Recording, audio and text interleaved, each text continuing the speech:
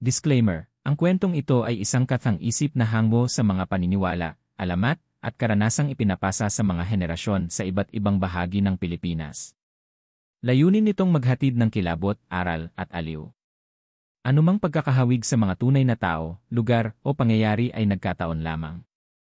Hindi ito para sa mga batang manonood, gabay ng magulang ay iminumungkahi. Sa isang liblib na baryo sa Batangas, nakatira sina Mario at Linda, mag-asawang kilala sa kanilang kasipagan at kabaitan. Isang maliit na bahay na yari sa kahoy at pawid ang kanilang tirahan, nakatayo sa gitna ng mga palayan at punong mangga.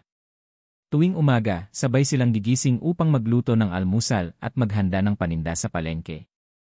Tahimik, simple, at payapa ang kanilang buhay, o iyon ang akala ni Mario. Sa gabi, kakaibang mga tunog ang madalas niyang marinig, mga kaluskos sa bubong, mga yabag na parang mabibigat, at minsan ay mga impit na halakhak. Baka pusa lang yan, wika ni Linda habang pinapatay ang lampara. Ngunit sa bawat gabi, tila palakas ng palakas ang mga yapak, at pakiramdam ni Mario ay may nakamasid sa kanila. Isang gabi, napadungaw siya sa bintana. Sa ilaw ng buwan, may nakita siyang anino ng babae sa ilalim ng puno ng mangga. Nakatitig ito sa direksyon ng kanilang bahay, hindi gumagalaw, parang estatwa. Nang kumurap si Mario, nawala ito. Mula noon, nagsimulang bumigat ang pakiramdam sa bahay nila, tila may malamig na presensyang nagbabantay sa kanila gabi-gabi.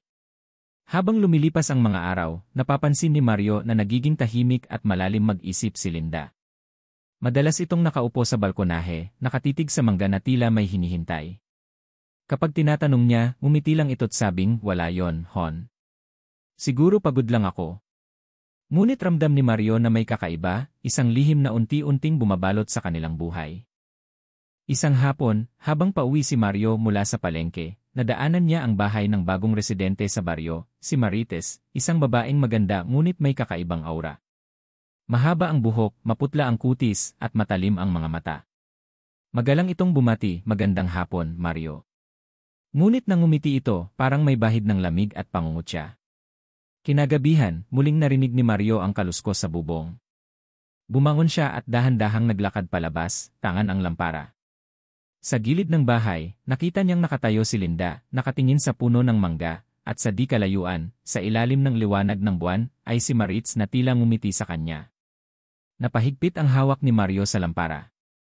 Hindi niya maintindihan kung bakit nanginginig siya, dahil ba sa takot, o sa pakiramdam na may lihim na hindi niya kayang tanggapin. Ang gabi tila mas mahaba kaysa dati, at sa simula pa lang, alam niyang hindi na magiging katulad ng dati ang kanilang tahimik na buhay. Lumipas ang ilang araw mula nang una niyang mapansin si Maritz. Sa umpisa, inisip lang ni Mario na bagong kapitbahay ito na naghahanap ng makakaibigan. Ngunit habang tumatagal, napapansin niyang may kakaiba sa paraan ng babae, lalo na kung paano ito tumingin kay Linda. Sa tuwing daraan si Linda sa tapat ng bahay ni Maritz, hindi nito inaalis ang tingin. Parang sinusuri siya mula ulo hanggang paa, na may ngiti sa labi, hindi ngiting mabait, kundi ngiting may malalim na ibig sabihin. Isang gabi, habang nakaupo sa harap ng bahay, napansin ni Mario na may kumakatok sa kanilang pinto. Nang buksan niya, si Maritz iyon, may dalang ulam na tinola. Gabi na, Mario, bati ni Maritz. Baka gusto niyong tikman to, mag-isa lang kasi ako sa bahay, sayang kung masira. Napilitang umiti si Mario at tinawag si Linda. Agad namang bumaba si Linda mula sa itaas, halatang nagulat sa bisita. Uy, Maritz! Dapat sinabihan mo ako, pupuntahan kita sana bukas, sabi ni Linda habang tinatanggap ang pagkain. Doon lang nalaman ni Mario na madalas na pala silang nagkikita ng kanyang asawa. Kinabukasan, habang nasa palengke si Mario, narinig niya ang usapan ng dalawang tindera. Si Maritz, ha? Ang lapit daw kay Linda. Sabi ng mga taga-baryo, kakaiba raw yung bahay niya. Laging may naririnig na iyak ng hayop pero wala naman silang alaga. Napakunot no si Mario. Nang umuwi siya, naabutan niyang magkasama sina Linda at Maritz sa kusina, nagkakape at nagtatawanan. Ngunit may isang bagay ang tumatak sa isip ni Mario, sa gitna ng tawanan, parang kumikintab ang mga mata ni Marites, parang mga mata ng pusa na nadadampian ng liwanag. Pagdating ng gabi, hindi mapakali si Mario.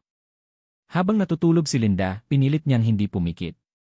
Nang kalagitnaan ng gabi, naramdaman niyang bumangon si Linda at dahan-dahang lumabas ng bahay. Tahimik niya itong sinundan. Sa likod ng bahay, sa liwanag ng buwan, nakita niya ang dalawang anino, si Linda at si Maritz, magkahawak kamay, nakatingala sa langit, at tila may sinasambit na kakaibang wika. Ang hangin ay biglang lumamig. Parang may humaplos sa batok ni Mario. Nang tumingin siya muli, wala na sa tapat ang dalawang babae. Pero mula sa itaas ng puno ng mangga, narinig niya ang impit na halakhak ni Maritz. Kinabukasan, nagkunwaring walang alam si Mario. Ngunit habang pinagmamasdan niya si Linda, napansin niyang may kakaibang marka sa leeg nito, parang kagat, at may bakas ng dugo sa gilid ng labi. Nang tanungin niya kung ano yon, simpleng sagot ni Linda, natulog akong may lamok kagabi. Huwag mo nang alalahanin, Hon. Ngunit sa loob-loob ni Mario, alam niyang hindi iyon kagat ng lamok. Isa yung palatandaan ng simula ng isang sumpa na hindi pa niya kayang unawain. At mula noon, bawat titig ni Maritz kay Linda ay parang isang tahimik na paalala, magkakabit na silang hindi kayang paghiwalayin ng tao. Mula nang dumating si Maritz, tila unti-unting nagbago si Linda. Dati palatawa, masigla at laging nag-asikaso kay Mario. Pero nitong mga nakaraang linggo, madalas na itong tulala, tahimik at parang laging may iniisip. Hindi na rin ito masyadong kumakain at kapag kumakain man, madalas ay hilaw na karne ang hinahanap. Linda, bakit ganyan ang kinakain mo? Tanong ni Mario minsan, habang nakatingin sa asawang ngumunguya ng hilaw na atay ng manok. Napahinto si Linda, ngumiti ng matamis at sinabing, masarap lang, Hon. Parang may hinahanap akong lasa. Ngunit sa ngiti niyang iyon, may nakita si Mario, may dugo sa gilid ng ngipin nito. Kinagabihan, nagising si Mario sa kakaibang tunog, mga yabag na marahang tumatama sa sahig, papalayo sa kama. Dahan-dahan siyang bumangon, at sa pamamagitan ng liwanag ng buwan, nakita niya si Linda na lumabas ng bahay. Tahimik niyang sinundan ito hanggang sa likod bahay, kung saan naroon si Maritz, nakatayo sa ilalim ng puno ng mangga, at tila may hinihintay. Mula sa kanyang pinagtataguan, narinig ni Mario ang mga salitang hindi niya maunawaan, parang sinaunang wika. Sa bawat bigkas ni Linda, tila nag-iba ang hangin, lumalamig at sumasabay sa kanilang tinig. Lumapit si Maritz kay Linda at hinalikan ito sa leeg, hindi halik ng pag-ibig, kundi parang pagsipsip. Sa bawat sandali, kitang-kita ni Mario kung paano nagliliwanag ang mga mata ni Linda, habang unti-unting pumupula ang mga labi nito. Hindi alam ni Mario kung uunahin ang takot o ang galit. Ang asawang minamahal niya, tila may kasunduang hindi niya alam. Nais niyang sumigaw, nais niyang takbuhan, pero parang may pumipigil sa kanyang mga paa. Sa isang iglap, lumingon si Maritz sa direksyon niya. Tila naramdaman nito ang kanyang presensya. Nang ngumiti si Maritz, nakita ni Mario ang mahahabang pangil na kumikintab sa ilalim ng buwan. Agad siyang tumakbo pabalik sa bahay, nanginginig at hinihingal. Kinabukasan, nagkunwari siyang walang nakita. Ngunit mula noon, nagbago ang paraan ng pagtingin niya kay Linda. Tuwing titignan niya ito, pakiramdam niya ay ibang tao na ang nasa harap niya. Isang gabi, nagpasya siyang harapin ito. Linda, sabi niya, may tinatago ka ba sa akin? Sino ba talaga si Maritz? Tahimik lang si Linda sa simula, pero kalaunan ay ngumiti. Hon, minsan may mga bagay na mas mabuting huwag mo nang malaman. Kasi kapag nalaman mo, baka hindi mo na ako kayang mahalin. Napayuko si Mario. Ang boses ni Linda ay malamig, malambing, ngunit may halong banta. Nang yakapin niya ito, naramdaman niyang malamig ang balat ng asawa, parang walang dugong dumadaloy. Sa labas ng bahay, narinig niyang muli ang tawa ni Maritz, mahina, ngunit malinaw. At doon niya napagtanto na hindi lang kabit ang problema niya. Ang kabit ng kanyang asawa ay hindi tao. Mula ng gabing iyon, hindi na mapalagay si Mario.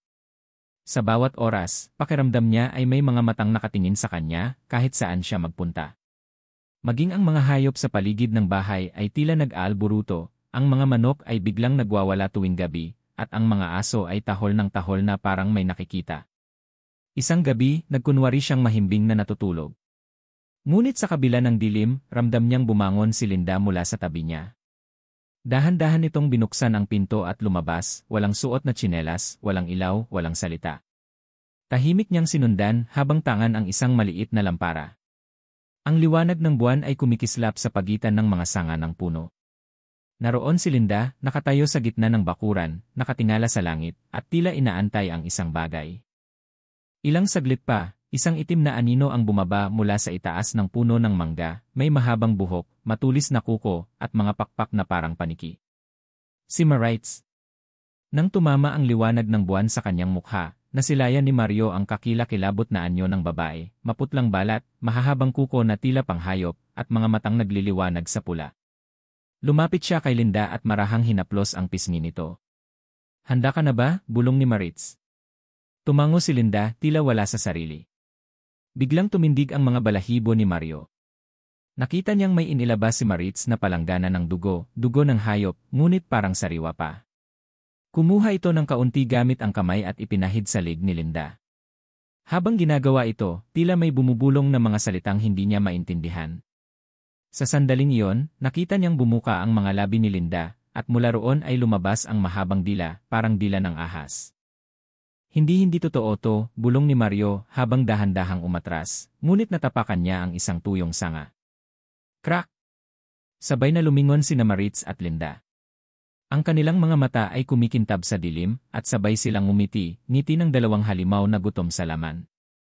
"Mario," bulong ni Linda, "bakit mo kami sinusundan?" Sa takot, tumakbo siya pabalik sa bahay at ikinandado ang pinto. Nanginginig, halos mabitawan ang lampara. Naririnig niya mula sa labas ang mga yapak, mabibigat, mabilis, paikot-ikot sa paligid ng bahay. Mula sa bubong, may kaluskos at paghampas ng pakpak. "Hon," tawag ni Linda sa labas, "bakit mo ako ikinandado? Lalabas ka, di ba?" Ngunit imbes na boses ng asawa, parang boses ng ibang nilalang, malalim, paos, at may halong halakhak ni Maritz. Kinabukasan, nagising siyang mag-isa. Wala si Linda sa bahay. Sa sahig, may mga bakas ng paa, maliliit, pero puno ng putik at may halong dugo. Lumabas siya at nakita ang mga manok nilang nakakalat, walang ulo. Doon niya tuluyang napatunayan ang kinatatakutan niya, ang kabit ng asawa niya ay hindi tao, at ang mismong asawang minahal niya, isa na rin sa kanila. Simula nang madiskubre ni Mario ang tunay na anyo ni Linda at Maritz, ang bawat gabi ay naging bangungot. Hindi na siya nakakatulog ng mahimbing, at tuwing pumikit siya, naririnig niya ang mga sigaw at halakhak ng dalawang babae. Minsan, pakiramdam niya ay may malamig na kamay na humahaplos sa kanyang mukha, at sa tuwing ididilat niya ang mga mata, wala namang tao. Hindi niya nakaya. Nagdesisyon si Mario na tumakas. Sa isip niya, yun na lang ang tanging paraan para mailigtas ang sarili. Nag-empake siya ng kaunting damit, pera, at isang lumang krusipiyo na ibinigay ng kanyang yumaong ina. Ngunit habang pinaplano niya ang pagtakas, napansin niyang nagiging sobrang malambing si Linda. Laging may ngiti, laging may yakap, at laging nakatitig sa kanya na parang sinusuri kung ano ang nasa isip niya. "Hon," sabi ni Linda isang gabi, "ang lamig mo na sakin ngayon. Parang may tinatago ka." "Wala, pagod lang ako," sagot ni Mario, pilit na kalmado. Ngumiti si Linda, ngunit hindi iyon ngiting karaniwan. May halong alam niya, parang nababasa niya ang isip ni Mario. Kinagabihan, nagkunwari si Mario na natutulog. Nang marinig niyang humihilik si Linda, dahan-dahan siyang bumangon at kinuha ang kanyang bag habang binubuksan ang pinto, may narinig siyang mahina ngunit malinaw na boses sa likod niya. "Bakit, Hon? Iiwan mo ako?" Napalingon siya, si Linda, nakaupo sa kama, nakangiti. Sa ilalim ng ilaw ng buwan, makikita ang mga mata nitong kulay pula, at sa labi ay may bakas pa ng dugo. "Hindi mo ako pwedeng iwan, Mario," bulong nito. "Sumpa yan sa ating dalawa. Hanggat may dugo ka, ako ang kabiyak mo." Tumakbo si Mario palabas ng bahay, halos mapatid sa dilim. Ang hangin ay malamig at bawat hakbang ay parang may humahabol. Mula sa itaas, narinig niya ang pagaspas ng pakpak at halakhak ni Maritz. "Hindi ka makakatakas, Mario." Nakakita siya ng daan papunta sa kabilang baryo. Mabilis siyang tumakbo hanggang sa makasalubong ang isang matandang lalaki na may bitbit na lampara, si Mang Cardo, ang albularyo ng baryo. "Mario, saan ka galing?" tanong nito. Si Linda, si Maritz, aswang sila," hingal na sagot ni Mario. Hindi nagulat si Mang Cardo. Sa halip, marahan siyang tumango. "Alam ko na matagal na. Pero kailangan nating kumilos agad bago ka tuluyang mapasa kanila." Dinala siya ni Mang Cardo sa maliit na kubo nito sa gilid ng sapa. Doon, binigyan siya ng bawang, asin, at anting-anting. "Ito ang magsisilbing panangga mo ngayong gabi. Huwag kang babalik sa bahay hanggang di pa kita sinasabihan." Ngunit bago pa man makasagot si Mario, biglang umalingaw ang tawa ni Linda mula sa labas ng kubo. "Mario, lumabas ka na. Miss na kita." Gumalaw ang mga dingding, nag-ikutan ng hangin, at bumuka ang lupa sa paligid. Sa gitna ng dilim, lumitaw si Maritz, nakalutang, may pakpak, at nakangiting tila demonyo. Si Linda naman, nasa likod, umiiyak ngunit hindi lumalapit. Patawad, Hon, pero di ko kayang mabuhay nang wala ka, bulong nito. Sa gabing iyon, nagsimula ang labanan sa pagitan ng tao at mga nilalang ng dilim. Ngunit sa puso ni Mario, mas matindi ang labanan. Paano mo lalabanan ang halimaw kung ito ang taong pinakamamahal mo? Matapos ang nakakatakot na engkwentro, dinala ni Mang Cardo si Mario sa pinakaloob ng kanyang kubo. Ang loob ay puno ng mga halamang gamot, lumang aklat, at mga garapon na may laman na parang dugo ng hayop. Sa gitna ng silid ay may maliit na altar, may krus, kandila, at isang palanggana ng asin. Makinig ka, Mario, wika ni Mang Cardo habang pinapahid ng langis ang noo nito. Ang mga nilalang na tulad ni Linda at Maritz ay hindi basta-basta. Aswang silang magkasangga. Ang isa ay tagapag-akit, at ang isa naman ay tagapagpasa ng sumpa.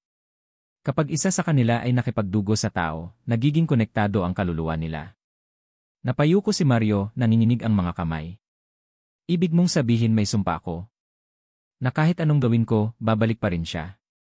Tumango si Mang Cardo. Pero may paraan para maputol ang koneksyon ninyo, ang ritual ng asin at apoy. Ngunit may kabayaran ito, Mario. Kapag nagawa mo ito, hindi lang si Linda ang mawawala kundi pati ang lahat ng alaala mo sa kanya.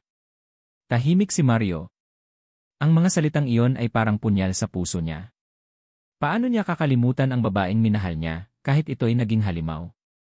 Ngunit sa kabilang banda, paano siya mabubuhay kung patuloy siyang ginugulo ng kadiliman? Kinagabihan, nagsimula ang ritual. Inutusan siya ni Mang Cardo na maglagay ng asin sa paligid ng kubo, sa bawat pinto, bintana, at sa ilalim ng bubong. Ang asin ay kalaban ng kasamaan, paliwanag nito. Habang ginagawa mo yan, isipin mong nililinis mo ang kaluluwa mo sa lahat ng tanikala. Ngunit habang pinapahid ni Mario ang asin sa sahig, biglang napasigaw si Linda mula sa labas. Mario! Nasasaktan ako. Itigil mo yan. Ang boses nito ay puno ng pighati at sakit, parang pinipilas ang kaluluwa niya. Ngunit kahit nanginginig, nagpatuloy si Mario. Patawarin mo ako, Linda. Pero hindi na kita kayang iligtas. Sa labas, bumagsak ang ulan. Ngunit sa bawat patak nito, tila mas lumalakas ang halakhak ni Maritz. Walang saysay ang asin mo, Mang Cardo. Konektado na sila. Hanggang sa dugo ni Mario, may bahid ng aming lahi. Nang marinig ito ni Mang Cardo, agad niyang binuksan ang isang bote ng langis at ibinuhos sa apoy ng altar. Lumaki ang liyab at sinimulang magdasal ng mga orasyon. Ang hangin ay nag-iba, tila may alingawngaw ng mga sigaw mula sa ibang daigdig. Si Mario ay napasigaw sa sakit, ramdam niya ang pagliyab ng kanyang balat, habang sa labas, naririnig niya ang tinig ni Linda na umiiyak. Mahal kita, Mario. Pero hindi mo na ako matatakasan. Kahit saan ka magpunta, dadalhin mo ako. Sa huling sigaw ni Linda, isang malakas na kidlat ang kumislap at tinamaan ang puno ng mangga sa likod ng kubo. Sumabog ang liwanag, at sa sandaling iyon, tumigil ang lahat, ang ulan, ang hangin, ang mga sigaw. Nang imulat ni Mario ang mga mata, wala na sina Linda at Maritz. Ang paligid ay amoy sunog at ang asin sa sahig ay naging abo. Si Mang Cardo ay nakayuko, pagod at halos walang malay. Tapos na, Mario, bulong niya. Ngunit tandaan mo ang sumpa ay hindi ganap na nawawala. Minsan, nananatili ito sa alaala. Tahimik na umupo si Mario, hawak ang krusipiyo sa dibdib habang unti-unting tumutulo ang kanyang luha. Ang tanong sa isip niya, talaga bang ligtas na siya, o sinimulan lang niya ang mas masahol na sumpa? Kinabukasan, matapos ang ritual ng asin, nagising si Mario sa loob ng kubo ni Mang Cardo. Mabigat ang kanyang ulo, parang bagong gising mula sa isang panaginip na punang apoy at mga sigaw. Sa tabi niya, nakahandusay si Mang Cardo, humihina pa ngunit mahina. Mang Cardo, tapos na po ba talaga? Bulong ni Mario. Mahina itong tumango, pero bakas ang pag-aalala sa mga mata. Tapos na pero hindi ibig sabihin ay ligtas ka na. May dugo kang nagising, Mario. Dugo ng isang nilalang na dapat ay matagal nang nawala. Napakunot ang noo ni Mario. Ano pong ibig niyong sabihin? Ang sumpa ay hindi lang koneksyon minsan, nagiging lahi, sagot ni Mang Cardo. Ang isang tao na nasaling ng dugo ng aswang, lalo na sa ilalim ng buwan ng paghihiganti, ay nagiging kalahating sa kanila. Nanlamig si Mario. Napatingin siya sa kanyang mga kamay, may bahagyang itim sa mga kuko, at ang ugat sa kanyang braso ay tila maitim na gumagapang. Napahawak siya sa dibdib, ramdam niya ang tibok ng puso niyang parang nagbabaga. Hindi bulong niya nanginginig. Hindi ako magiging halimaw bago pa siya makapagsalita ulit, biglang may kaluskos mula sa labas. Sumilip siya sa bintana, may mga aninong gumagalaw sa paligid ng kubo. Pamilyar ang kanilang hugis, pero kakaiba, mga mata nilang pula, mga ngiping kumikislap sa dilim. Aswang, bulong ni Mang Cardo. Nararamdaman nila ang enerhiya mo. Alam nilang buhay pa ang dugo ni Linda sa loob mo. Biglang nagliyab ang mga kandila sa altar. Kinuha ni Mang Cardo ang isang bote ng langis, binasag ito sa lupa, at nagsindi ng apoy. Mario, tumakbo ka. Hanapin mo ang punong nasunog kagabi, doon mo makikita ang kapalaran mo. Ngunit hindi tumakbo si Mario. Sa halip, tumayo siya sa gitna ng apoy, ang mga matay nagbabago, mula sa kayumanggi naging madilim, parang pusod ng gabi. Hindi na ako tatakbo. Kung dugo nila ang dumadaloy sa akin, gagamitin ko ito laban sa kanila. Sa labas, lumitaw si Maritz, galit at sugatan. Sinunog mo ang kapatid ko. Akala mo makakatakas ka, Mario? Ngunit sa halip na matakot, ngumiti si Mario. Hindi ako tumatakas. Tinatapos ko lang ang sinimulan niya. Bigla siyang humakbang palabas, at sa bawat yapak niya, tila umuusok ang lupa. Ang mga aswang ay nagsilundagan sa hangin, ngunit nang lumapit sa kanya, napaatras sila. Ang balat ni Mario ay kumikislap sa apoy, isang halo ng tao at halimaw. Ang dugo ng tao at aswang ay hindi dapat magsanib, sigaw ni Mang Cardo habang nagdarasal. Ngunit kung mangyari man, ito ay magiging sandata ng hustisya. Sa gitna ng apoy at sigawan, nagbanggaan sina Mario at Maritz. Ang kanilang mga kuko ay nagtagpo, nagliyab ang hangin, at ang mga anino sa paligid ay naglaho. Ang bawat hampas ni Mario ay may kasamang apoy, at ang bawat sigaw ni Maritz ay parang kulob na nagbubunyag ng kanyang galit. Ngunit nang akmang tatapusin ni Mario ang laban, isang tinig ang narinig niya, isang pamilyar, malungkot, at puno ng pighati. Mario, si Linda. Nakita niya itong nakatayo sa likod ng apoy, parang kaluluwa, umiiyak. Tama na, huwag mong hayaang lamunin ka ng sumpa. Hindi ko ito ginusto. Mahal kita. Natigilan si Mario. Sa sandaling iyon, bumagal ang lahat. Nakita niya ang mga alaala nila, ang mga tawanan, ang mga yakap, ang pag-ibig na totoo kahit nakatago sa kasinungalingan. Patawarin mo ako, Linda, bulong niya habang bumubulusok ang apoy sa kanilang paligid. Pero kailangan ko itong tapusin. Isang malakas na pagsabog ang sumunod, liwanag, apoy, at dugo ang humalo. Nang maglaho ang lahat, tanging usok at abo na lang ang naiwan. Ngunit sa gitna ng abo may gumagalaw. Pagkatapos ng matinding pagsabog, tahimik ang buong paligid. Ang lupa ay nagliliyab pa rin sa ilang bahagi, at ang amoy ng sinunog na laman ay humahalo sa hangin. Sa gitna ng abo, unti-unting bumangon si Mario, marungis, sugatan, ngunit buhay. Linda, mahina niyang bulong habang hinahaplos ang abo sa lupa. Wala nang sagot. Tanging ang hangin lang ang umuugong, parang may nagdadalamhati. Lumapit si Mang Cardo, nakasandal sa kanyang tungkod, hirap na hirap huminga. Tapos na, Mario. Nabawi mo ang kalayaan mo. Ngunit hindi sumagot si Mario. Ang mga mata niya ay nakatingin lang sa alon ng apoy na unti-unting namamatay. Hindi ako malaya, Mang Cardo, anya. Dahil kung sumpa ito, dala ko pa rin siya dito. Itinuro niya ang kanyang dibdib. Nang tignan ni Mang Cardo, kitang-kita ang itim na marka sa kaliwang bahagi ng dibdib ni Mario, hugis puso, ngunit tila may apoy na umiikot dito. Hanggat mahal mo siya, hanggat buhay ang alaala mo sa kanya, mananatili ang marka, sabi ng albularyo. Ngumiti si Mario, mapait. Kung ganoon, hayaan na lang. Kasi kahit halimaw siya, minahal ko pa rin siya bilang tao. Lumipas ang ilang araw. Bumalik sa katahimikan ang baryo. Ngunit iba na ang tingin ng mga tao kay Mario. May ilan na lumalayo, may ilan na nag-aalay ng prutas sa kanyang pintuan tuwing gabi, parang pinagsasabay ang takot at pasasalamat. Isang gabi, habang nakaupo si Mario sa harap ng bahay na gawa na muli, may maririnig na mahinang hangin. At mula sa dilim, may babaeng boses na bumulong, "Salamat, Mario," napatingin siya sa langit, may bulalakaw na dumaan. At saglit, nakita niya ang anino ni Linda sa pagitan ng mga ulap, nakangiti, payapa. Ngunit hindi pa doon nagtatapos ang lahat. Dahil paglingon niya, sa gilid ng bakod, may batang babae, mga 7 taong gulang, nakasuot ng puting duster, nakatayo at nakatingin sa kanya. Anak, anong ginagawa mo rito? Tanong niya. Ngumiti ang bata, at sa ilalim ng buwan, nakita niya ang mga pulang mata nito, kasing pula ng kay Linda noon. Sabi ni Mama, bantayan daw kita, wika ng bata. Ako po si Lyra. Nanlaki ang mga mata ni Mario. Nanigas siya sa kinatatayuan. Si Mama mo? Tumango ang bata. Si Mama Linda. Nang marinig iyon, tumulo ang luha ni Mario. Lumuhod siya sa harap ng bata, niyakap ito ng mahigpit, kahit ramdam niyang malamig ang balat nito. Anak, kung totoo man to, ikaw na lang ang natitirang dahilan para mabuhay ako. At sa gabing iyon, muling umihip ang malamig na hangin. Ang mga kuliglig ay tumigil, at ang buwan ay tila sumaksi sa kakaibang tahimik na kasunduan, isang tao, isang nilalang, at isang sumpa ng pag-ibig na hindi kailanman mamamatay.